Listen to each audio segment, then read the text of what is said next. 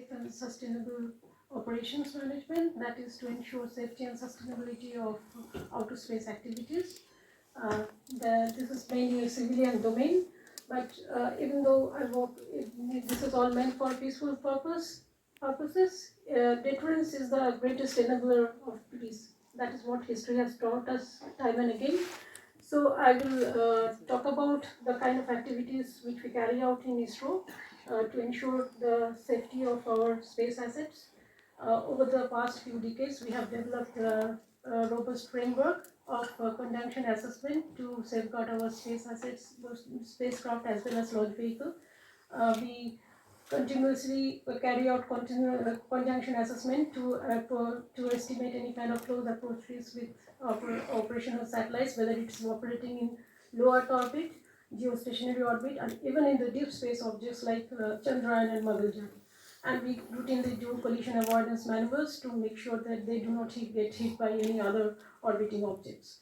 And for launch vehicles, we time the liftoff in such a way that during the ascent phase or during its deorbiting phase, it doesn't encounter any kind of passing debris.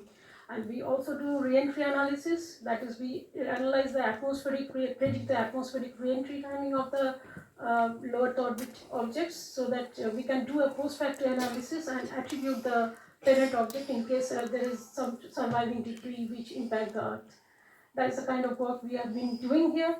Now, this brings us to the concept of space situational awareness. That is an overarching and comprehensive understanding of the situation in outer space, because our space assets are vulnerable to various environmental threats, which can be of natural origin or even anthropogenic origin. And especially, not all actors have very benign intentions, so our assets are nowadays becoming increasingly vulnerable to this kind of threats as well. So for space situational awareness, we always have, there are two elements which are involved, that is nowcasting. We have to have a continuous perception of the environment within a certain time and within this volume of space, and also project it in future. That is nowcasting and forecasting. These are the main elements which are involved. And space domain awareness is a extension of space situational awareness, because it also incorporates certain level of intelligence or gathering mechanism into SSA and augments the data. Basically, it attributes the cause of a particular activity and finds out whether the intention of the activity was friendly or hostile. So that is the kind of computation which is associated with it, and it's definitely not within the civilian domain. It requires military intelligence to be integrated into space situational awareness.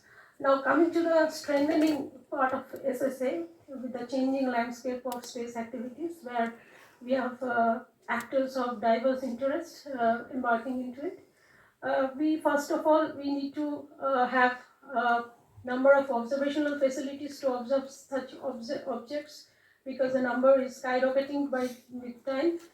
And these facilities must be distributed across the globe, commensurate with the number of objects increase. And presently what happens is most of the facilities are located in the northern hemisphere, and because of the way the land mass is distributed, we don't have much facilities right now in the southern hemisphere. So that is one thing which which is lacking in the area of SSA. Another point is the low inclination objects are also not tracked very well by existing facilities, whether it is US Spacecom or even other facilities, because there are not many tracking stations there. And third thing is we also need to have some sort of augmentation of this kind of facilities by space-based observatories. That actually can help to complement the data. And most of the legacy systems are not really suited to track the objects which are now being launched, and they're all maneuverable objects, and some of the objects are endowed with low thrust maneuvering capability, where you cannot use traditional flight dynamics rules to predict their path unless you really know what kind of intention and what kind of maneuver they are going to perform. That is one more thing. And finally, we need to fuse data which are acquired from disparate sources. Some of the sources can be from a radar, or can be optical telescope, or some other means. So this is another challenge which needs to be addressed. And smaller satellites are one of the, it helps a lot for the startups and other new entrants to get into space business, but it becomes very challenged because they're really difficult to track, and most of them are not endowed with any kind of active or tracking facilities. Finally, when effective space situation awareness requires collaboration, because no country on its own can do it because of the limitation of geographical location as well as the vast extent of space. So like-minded nations, coordination and collaboration with like-minded nations is another aspect which we must concentrate on. And as I have talked about the vulnerability of our civilian space asset, it is high time that we build more and more resilient architecture. Basically, the idea is not to put all the eggs in the same basket. Instead of going for a bigger satellite, think of a smaller satellite on distributed systems, even in terms of command and control, not to be concentrated at one particular geographic location, but have certain distributed control kind of things. And of course, I will resonate whatever was talked about the cyber hardening and other vulnerability aspects that has to be addressed. And we also need some sort of paradigm shift, we need to have lighter weight structures or some sort of more agile architectures, so that in case there are some Persian satellite or something which is trying to capture a light asset, there should be some capability to dodge that kind of threat. That also entails having some level of onboard collision avoidance capability, which we need to think about in future. And finally, satellites can be also equipped with microthrusters and other things, and have certain level of provisions for rendezvous docking, on-orbit servicing, and all other kind of facilities, so that in case of any mishap, there will be some provision to again restore their services.